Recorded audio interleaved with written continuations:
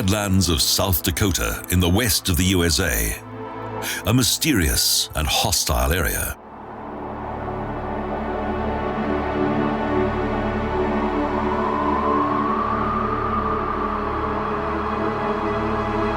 This surreal world originated 80 million years ago, when what is known as the Badlands region of today was covered by a shallow ocean.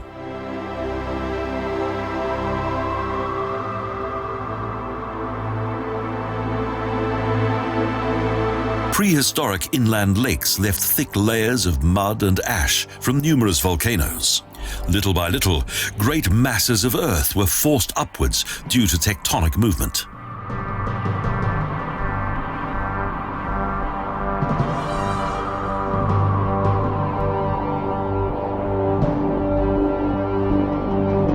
These same movements also created the nearby Rocky Mountains and the Black Hills, whose rivers have also transformed the landscape.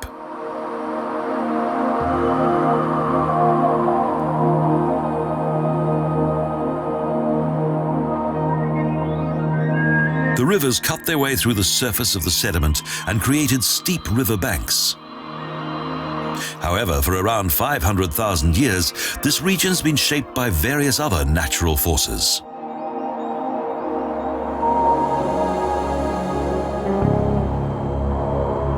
Wind, heavy rainfall caused by powerful thunderstorms, as well as the heat and cold, have also played their part in creating the unique and bizarre world of the Badlands.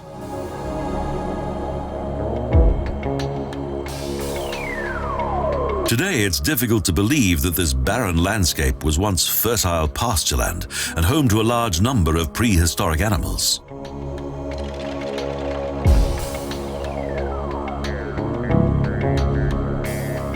It is only in a few areas where the soil is compact and contains a thin layer of humus that plants are able to grow and recreate the splendor of this region's meadows of ancient times.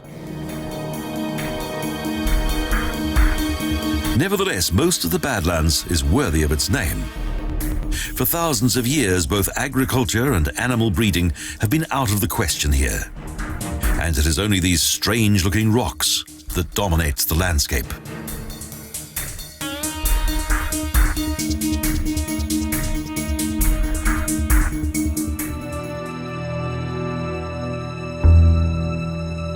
The region has also proved to be important for paleontologists. Those to first discover ancient bones here were the Lakota Indian.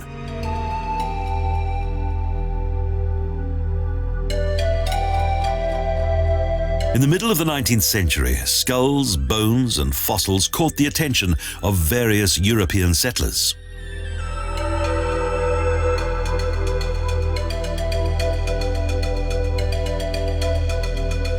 Later, scientists came to the Badlands. They discovered the remains of many fascinating species that were the forerunners of many of today's creatures.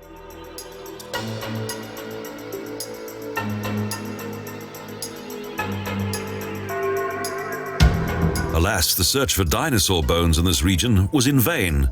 Instead, it was mainly mammals that were found.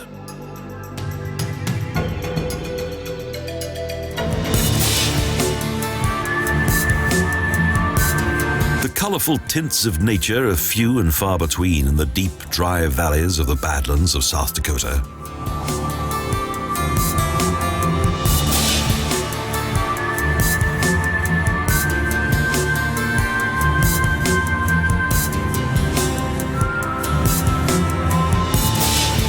One of the most striking characteristics of this region is the different strata in the rock walls that gives the valleys a striped appearance.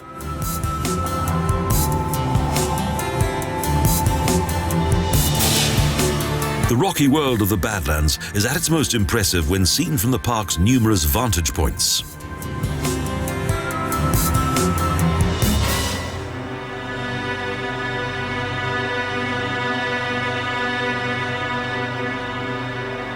Despite the harsh terrain and extreme climate, the barren areas of the national park are home to much wildlife.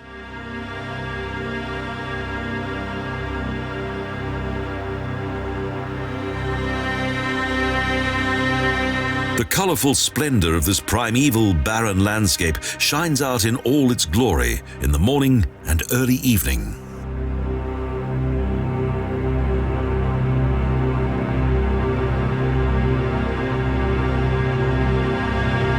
The impressive colours give this region an almost surreal look.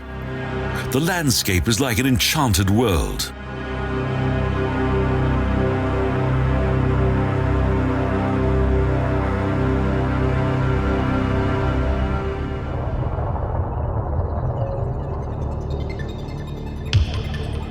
The various rock formations stimulate the imagination. Here, natural erosion has created fantastic castles with towers and pinnacles.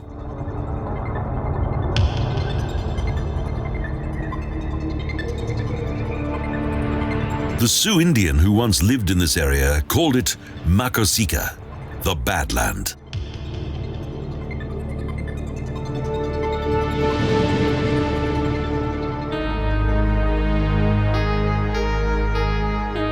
This name is still in use today, but it was the first English settlers who created the name Badlands.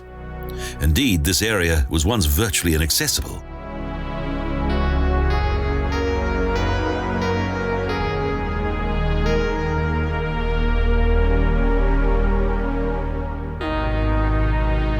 Since then, it has been overpopular with fossil collectors who've driven away carloads of ancient remains.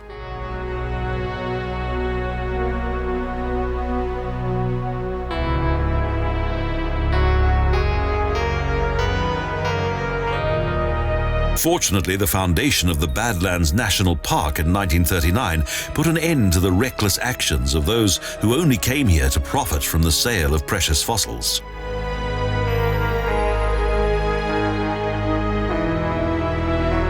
Thus, the original character and natural beauty of this marvelous landscape has been preserved right up to the present day.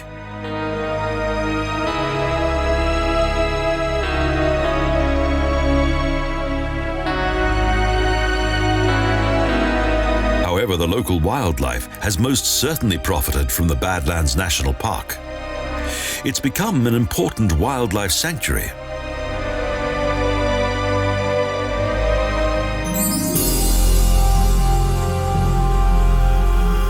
Close by is the prairie land of Sage Creek Basin, a unique wildlife habitat.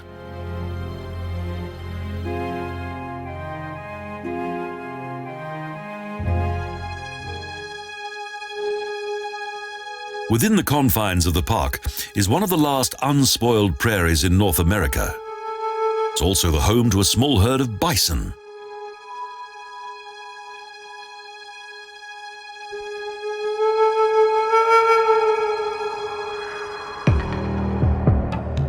The huge numbers of bison that once existed here in their millions provided vital sustenance for several North American Indian tribes.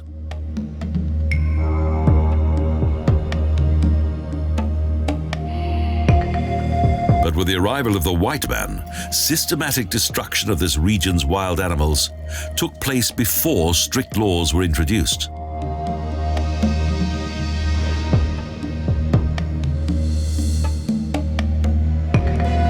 The outstanding Badlands of South Dakota not only contain a remarkable landscape, but without a doubt are also extremely important for the conservation of wildlife.